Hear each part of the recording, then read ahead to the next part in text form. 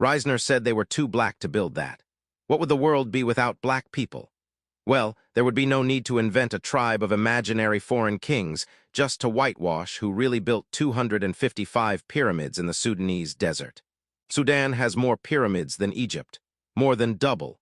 Most people have never heard that sentence in their life, and that is not an accident. It is the end result of one man's career. If nobody taught you that, do not feel bad. That was on purpose. Follow and share Way Blackwen for more buried stories they tried to erase. His name was George Andrew Reisner. Harvard called him a founding father. He found kingdoms, kings, and queens that the rest of the world had never heard of. And then he stood over what he found and decided it belonged to somebody else. The man Harvard called a founding father. Reisner was born in Indianapolis on November 5, 1867, and by the time he died at Giza on June 6, 1942, he had built the resume that American Egyptology still measures itself against. Harvard B.A. in 1889, M.A. in 1891, a Ph.D. in Semitic languages in 1893, professor of Egyptology at Harvard from 1914 until his death, curator of the Egyptian collection at the Boston Museum of Fine Arts from 1910 until his death, and for 43 straight years, the director of the Harvard University Boston Museum of Fine Arts expedition, the operation that put American archaeology on the map. He excavated 23 sites across Egypt and Sudan. He found the tomb of Queen Hedefers, mother of the pharaoh who built the Great Pyramid at Giza. He kept working through the entire First World War, when every other foreign mission on the Nile shut its doors and went home. Egyptologist Alan Gardner called him one of the greatest excavators Egypt has ever known, and nobody serious about the field disputes that assessment of his method. Then, in 1907, the Egyptian government asked him to survey the cemeteries of ancient Nubia, in what is now Sudan, ahead of flooding caused by the raised Aswan Dam. That job introduced him to a civilization Western scholarship had never taken seriously. From 1913 onward, Reisner turned his attention south, to a site called Kerma. He was the first archaeologist to properly dig it. He was also the first to decide, before the evidence justified it, who deserved credit for what he found there. What came out of the ground at Kerma? Kerma sits south of the third cataract of the Nile.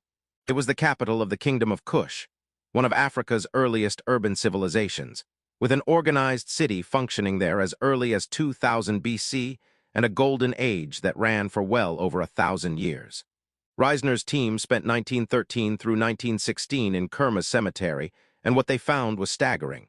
Massive royal burial mounds, a vast cemetery holding thousands of graves. At the burial of one Kerma ruler, archaeologists documented nearly 300 people sacrificed and interred alongside him. A scale of royal funerary ritual that has no equal anywhere else on the Nile at that period. Inside that same cemetery, in 1913, Reisner found a stone statue of a woman named Lady Senowe, the wife of a Middle Kingdom Egyptian governor named Jefehapi.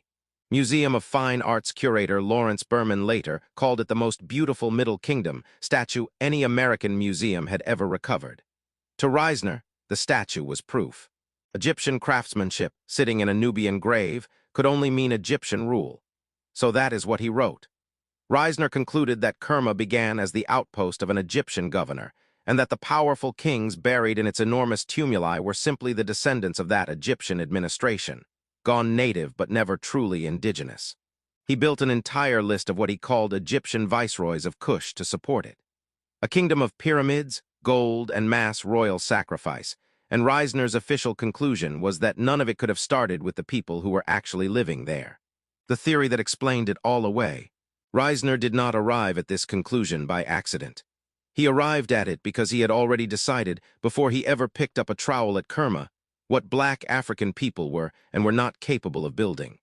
In a 1918 bulletin for the Museum of Fine Arts, where he served as curator of Egyptian art, Reisner wrote it in plain language.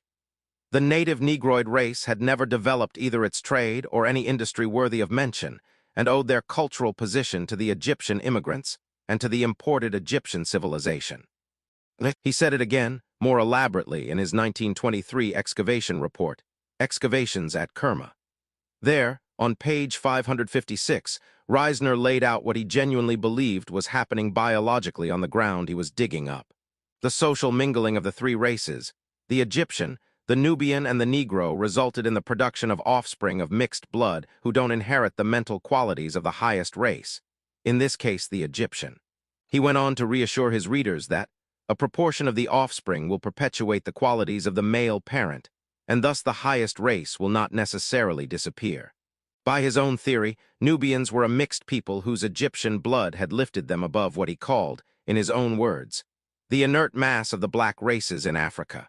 Read that sentence again. He was not describing a lack of evidence. He had the evidence in his hands, an entire civilization's worth of it.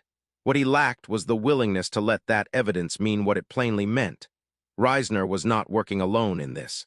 He belonged to a generation of Egyptologists, alongside Flinders Petrie and Grafton Elliott Smith, who built dynastic Egypt itself on the same premise. A migrating white race supposedly bringing civilization down the Nile to people who could not have built it themselves. Reisner simply carried that premise further south than anyone else had bothered to dig. He found the black pharaohs and still couldn't say it. Reisner kept moving south, and the kingdoms kept getting harder to explain away. At Jebel Barkal, the holy mountain sacred to the god Amun, Reisner became the first archaeologist to discover the hidden entrances of Nubia's royal pyramid complexes.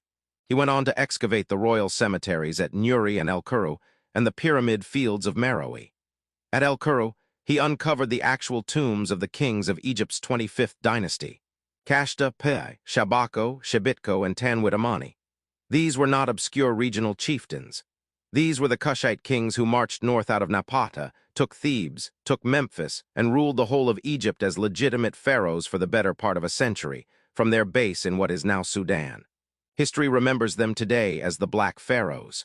Reisner dug up their graves with his own hands, and still, the man who found the tombs of Africa's own emperors could not fully credit the people who built them. He even misread a skull recovered from a classic Kerma burial as belonging to a king, when it belonged to a woman, an error that later scholarship has had to go back and correct, because his framework left no room for the kind of authority a Nubian woman might have held.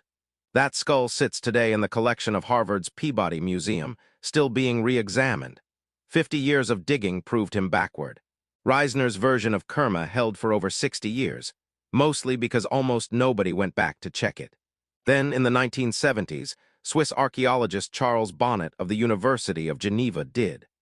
Bonnet obtained permission to resume excavation at Kerma in 1977. What his team found over the following 5 decades dismantled Reisner's Egyptian outpost theory piece by piece. Surveys of the necropolis alone turned up 30,000 additional burials beyond anything Reisner had recorded, making it one of the largest cemeteries in the ancient world. Digging in the urban core, near the massive mud brick structure known as the Western Defufa, Bonnet's team mapped an ancient city with organized planning across more than 30 hectares. Proof of a functioning urban capital, not a colonial trading post, as far back as 2000 BC.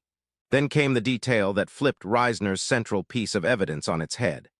That statue of Lady Senowe, the one Reisner treated as proof of Egyptian rule over Kerma.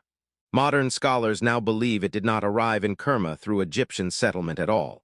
It arrived because an army from Kerma marched into Egypt, looted its sanctuaries, and carried Egyptian treasures home as trophies and status symbols. The same object Reisner used to prove Egypt ruled Kerma is now understood as evidence that Kerma, at its height, was strong enough to raid Egypt. Egypt eventually struck back.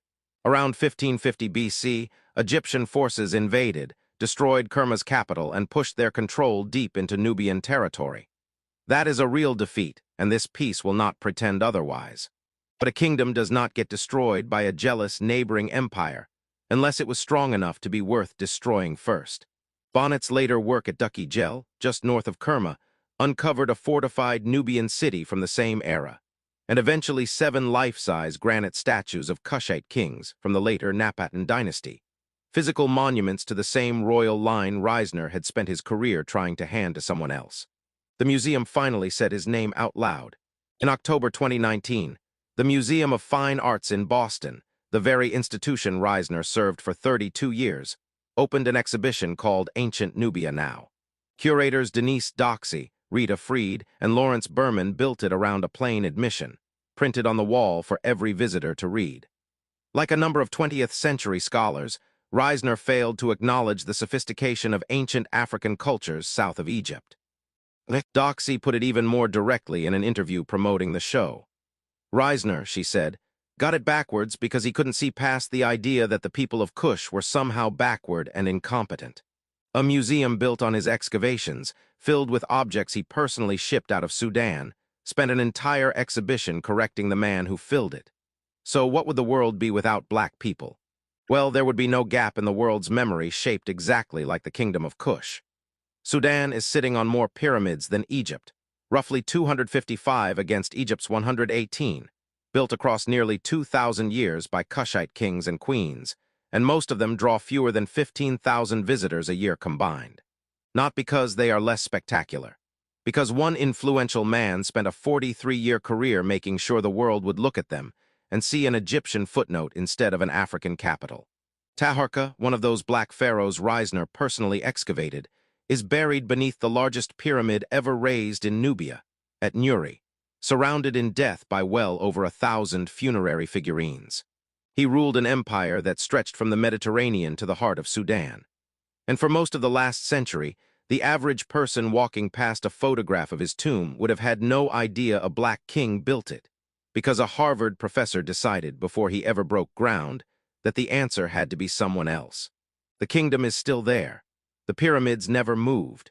It just took another archaeologist 50 years and a museum finally willing to put the correction on its own wall to say the name Reisner spent his life trying not to say.